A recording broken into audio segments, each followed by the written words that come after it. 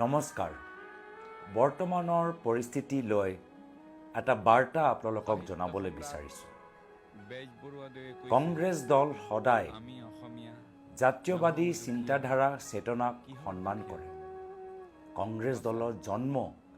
এটা জাতীয়বাদী চিন্তাধাৰাৰ পৰা আৰম্ভ হৈছে নিজৰ দেশখন স্বাধীন কৰা সেই সময়ৰ পৰা কংগ্ৰেছ দলে সদায় আৰু আজিলৈকে নিজৰ দেশৰ বাবে জেল যাবলৈ ত্যাগ আৰু বলিদান কৰিবলৈ প্ৰস্তুত হৈ আছে সাজু হৈ আছে আৰু আমি সদায় যিসকলৰ গণতান্ত্ৰিক আন্দোলনৰ ওপৰত বিশ্বাস আছে তেখেতসকলৰ লগত আলোচনা কৰিবলৈ আমি প্ৰস্তুত হৈ আছোঁ এয়া হ'ল অসমৰ ভিতৰত কংগ্ৰেছ দলৰ ইতিহাস তেল আন্দোলনৰ সময়ত ভাষা আন্দোলনৰ সময়ত অসম আন্দোলনৰ সময়ত NRCৰ সময়ত হয় অবৈধ বাংলাদেশী আমাৰ বাবে এটা গুৰুত্বপূৰ্ণ সমস্যা সেইকাৰণে যেতিয়া কংগ্ৰেছৰ চৰকাৰ আছিল 2001 চনৰ পৰা 2016 চনলৈকে প্ৰায়ত মুখ্যমন্ত্ৰী তৰুণ গগৈদেৱে এই সমস্যাৰ ওপৰত যথেষ্ট গুৰুত্ব দিছে ৰিভাৰ আইন পেট্ৰলিং ওপৰত জোৰ দিছে বৰ্ডাৰ ফেন্সিং ওপৰত জোৰ দিছে আৰু যদি সেই সময়ত কেন্দ্ৰৰ বাজপেয়ী চৰকাৰ টেম্পৰাৰী ভিজাৰ কথাও চিন্তা কৰিছিল কংগ্ৰেছে বিৰোধিতা কৰিছিল কিন্তু এটা কথা স্পষ্ট অবৈধ বাংলাদেশী নামত কোনো ভাৰতীয় নাগৰিকৰ লগত আমি অন্যায় হ'বলৈ নিদিওঁ এয়া হিন্দুৱে হওক বা মুছলমানেই হওক বঙালীয়ে হওক বা মাৰৱাৰীয়ে হওক এই অসমৰ ভিতৰত প্ৰত্যেক ভাৰতীয় নাগৰিকৰ অধিকাৰ আছে যে তেওঁ আত্মসন্মান সহকাৰে শান্তি আৰু নিৰাপত্তা সহকাৰে জীয়াই থাকিব পাৰে আৰু সেইকাৰণে আমি দেখিছোঁ যে এয়া চিন্তা এয়া আবেগ আজিৰ পৰা নহয় আগৰ পৰাই আমাৰ অসমৰ মহান পুৰুষসকলে বিভিন্ন সময়ত প্ৰকাশ কৰিছে জ্যোতিপ্ৰসাদ আগৰৱালৰ সেই গীতৰ ভিতৰত মই অসমীয়া সেই অসমীয়া পৰিচয়ৰ ভিতৰত কিমাননো জনগোষ্ঠী জনজাতি তাত সোমাই আছে আহোম কছাৰী কোচ ৰাজবংশী মিচিং লালুং ন অসমীয়া মমেনচিংগীয়া মণিপুৰীয়া চাহ শ্ৰমিক সকলোৱে এই বৰ অসমৰ গঠনত সৃষ্টিত সকলৰ অৰিহণা আছে তথাপিও বিজেপি দল আহিলে 2016 চনত কিন্তু এটাৰ পিছত এটা অসমৰ জনসাধাৰণক প্ৰতাৰণা দিয়ে গ'ল 16 মে পিছত অবৈধ বাংলাদেশীক ডালি টোপোলা বান্ধি বিদায় দিব নোৱাৰিলে সদ্য NRC দিব নোৱাৰিলে 6 নং দফাৰ অসম চুক্তিৰ ৰিপৰ্টৰ ওপৰত কোনো কাম তেওঁলোকে কৰিব নোৱাৰিলে HS ব্ৰহ্ম ৰিপৰ্ট পৰিয়ে থাকে আৰু তাৰ বিপৰীত তেওঁলোকে কি কৰিলে ট্ৰাইবেল মানুহৰ মাটি ল'লে হাজাৰ হাজাৰ বিঘাৰ মানুহৰ মাটি ল'লে বাগান বন্ধ কৰে বাগান নিজৰ পৰিবাৰৰ নামত ল'বলৈ আৰম্ভ কৰে ৱাইল্ড লাইফ কৰিডৰৰ ভিতৰত নিজৰ ৰিজৰ্ট বনাবলৈ আৰম্ভ কৰে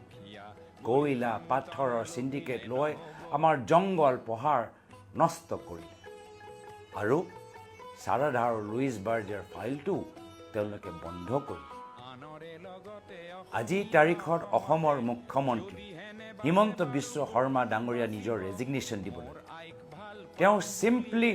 unfit to sit on the chair of the chief minister of Assam আজি তেওঁৰ ল'ৰা ছোৱালীক চাকৰি দিব পৰা নাই বন্দুক দিব পাৰিছে অসমৰ পৰা অবৈধ বাংলাদেশীক বিদায় দিব পৰা নাই নিজৰ পৰিবাৰৰ নামত ঠায়ে ঠায়ে আজি মাটি কিনিবলৈ আৰম্ভ কৰিছে সেইকাৰণে আজি সময় আহিল যে আমি সকলোৱে মিলি জুলি অসমৰ দায়িত্ব লওঁ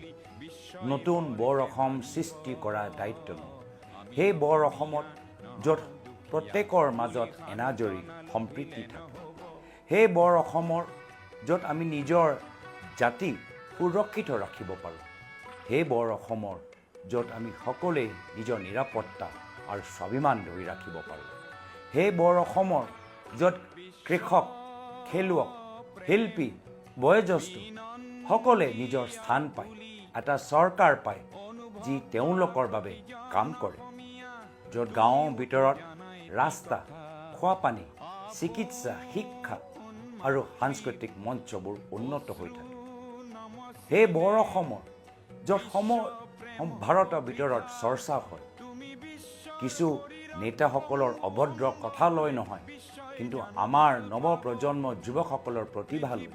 তেওঁলোকৰ কষ্ট লৈ, তেওঁলোকৰ ক্ৰিয়েটিভিটি আৰু টেলেণ্টৰ লৈ সমগ্ৰ ভাৰতৰ ভিতৰত চৰ্চা হয়।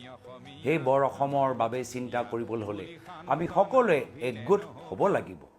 আৰু সেইকাৰণে আজিৰ তাৰিখত কংগ্ৰেছ দলে সকলোকে নিমন্ত্ৰণ জনাইছে। আমি সকলোৰ লগত আলোচনা কৰিবলৈ বিচাৰিছোঁ। এয়া ৰাজনৈতিক দল হওক, সংগঠন হওক, অৱসৰপ্ৰাপ্ত শিক্ষকসকল হওক, অৱসৰপ্ৰাপ্ত চৰকাৰী বিষয়াসকল হওক, খেতিয়ক হওক, খেলুৱক হওক বা ছাত্ৰ ছাত্ৰীসকল হওক, আমি বিচাৰোঁ যে এই বৰ অসমৰ কল্পনা কোনো এজন বিশেষ ব্যক্তিৰ যোগেদি নহয়, এজন বিশেষ দলৰ ওপৰত নিৰ্ভৰ নহয়, এটা বিশেষ ৰাজনৈতিক চিন্তাধাৰাৰ ওপৰত নিৰ্ভৰ নহয়। এই বৰ অসমৰ গঠনৰ দায়িত্ব আমি সকলোৱে মিলিজুলি ল'ব লাগিব। আগন্তুক দিনত কংগ্ৰেছৰ নেতাসকল, কৰ্মীসকল আপোনালোকৰ মাজত যাব, মাজত গৈ পৰামৰ্শ ল'ব, নতুন সংস্থাপনৰ নীতি লৈ পৰামৰ্শ ল'ব, নতুন ভূমি নীতি লৈ পৰামৰ্শ ল'ব, নতুন শিক্ষা আৰু চিকিৎসা নীতি লৈ পৰামৰ্শ ল'ব, নতুন সংস্কৃতি আৰু খেলৰ নীতিৰ ওপৰত পৰামৰ্শ ল'ব। আহক আমাক সহায় কৰক,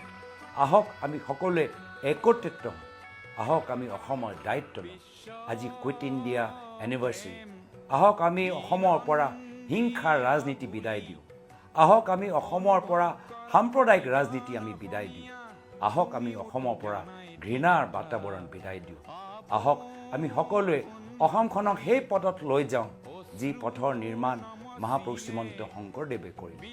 মাধৱদেৱে কৰিলে, আজান পীৰে কৰিলে, লাচিত বৰফুকনে কৰিলে, ভূপেন হাজৰিকাই কৰিলে। আহক আজি আমালোকৰ সকলোৰ ওপৰত এটা গধুৰ দায়িত্ব, আৰু মোৰ বিশ্বাস যে আমি মিলি জুলি এই দায়িত্বটো ভালদৰে লৈ আমি অসমখনক প্ৰগতি, শান্তি আৰু সম্প্ৰীতিৰ পথত আগুৱাই লৈ যাম। নমস্কাৰ, জয় হিন্দ।